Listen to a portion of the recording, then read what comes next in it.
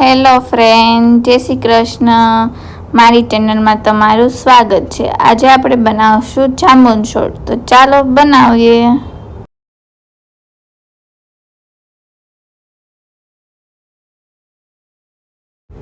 સૌપ્રથમ આપણે 500 ગ્રામ જેટલા જાંબુ લઈ લઈશું. જાંબુને પાણીથી આપણે બરાબર ધોઈ નાખશું. તમે જોઈ શકો છો અહીંયા આપણે ધોઈ નાખ્યા છે. ત્યાર પછી આપણે જાંબુમાંથી ઠળિયા કાઢી નાખશું. તો ચારે બાજુથી આ રીતે આપણે ચપ્પુની મદદથી પ્લપ કાઢી લઈશું.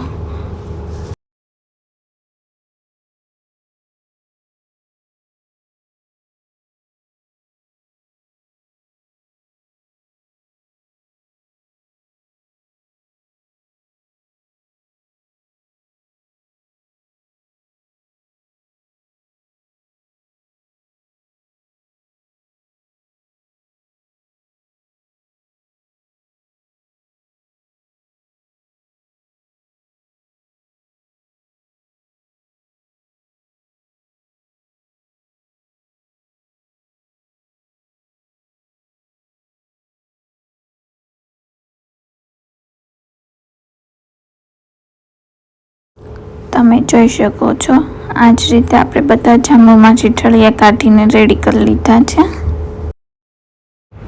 હવે આપણે એક મિક્સર જાર લઈ લઈશું. એમાં જાંબુમાંથી જે ઠળિયા કાઢીને આપણે જાંબુન રેડી કર્યા છે એ આપણે બધા આમાં નાખી દઈશું.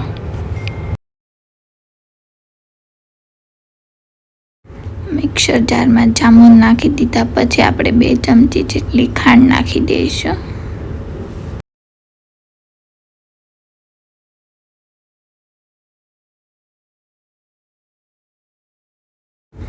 ત્યાર પછી અડધી ચમચી જેટલો આપણે સંચળ પાવડર નાખી દઈશું. અને આપણે અહીંયા અડધું લીંબુ લઈ લીધો છે. લીંબુનો રસ આપણે નાખી દઈશું. જો તમારે ફુદીનો હોય તો તમારે નાખવો હોય તો તમે ફુદીનો પણ નાખી શકો છો.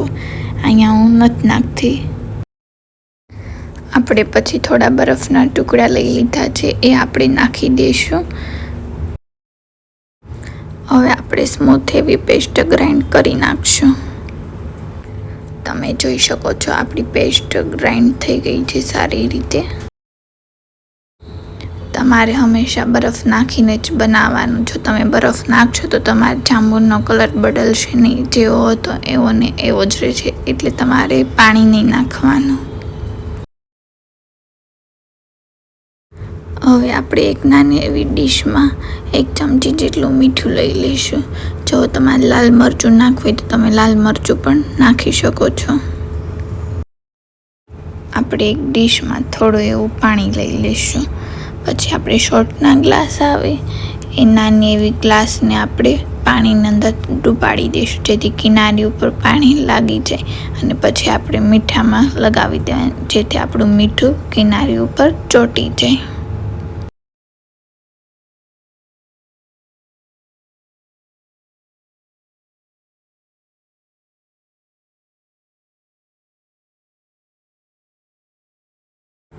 તમે અહીંયા જોઈ શકો છો આ રીતે આપણે ગ્લાસની કિનારી ઉપર મીઠું લગાવી દીધું છે.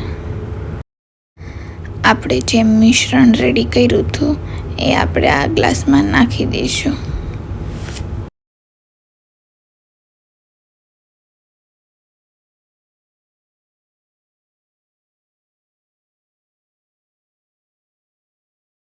તમે જોઈ શકો છો આ જ રીતે આપણે બધા ગ્લાસમાં મિશ્રણ નાખી દીધું છે. અને આપણું ઠંડુ ઠંડુ જાંબુન શોર્ટ રેડી થઈ ગયું છે.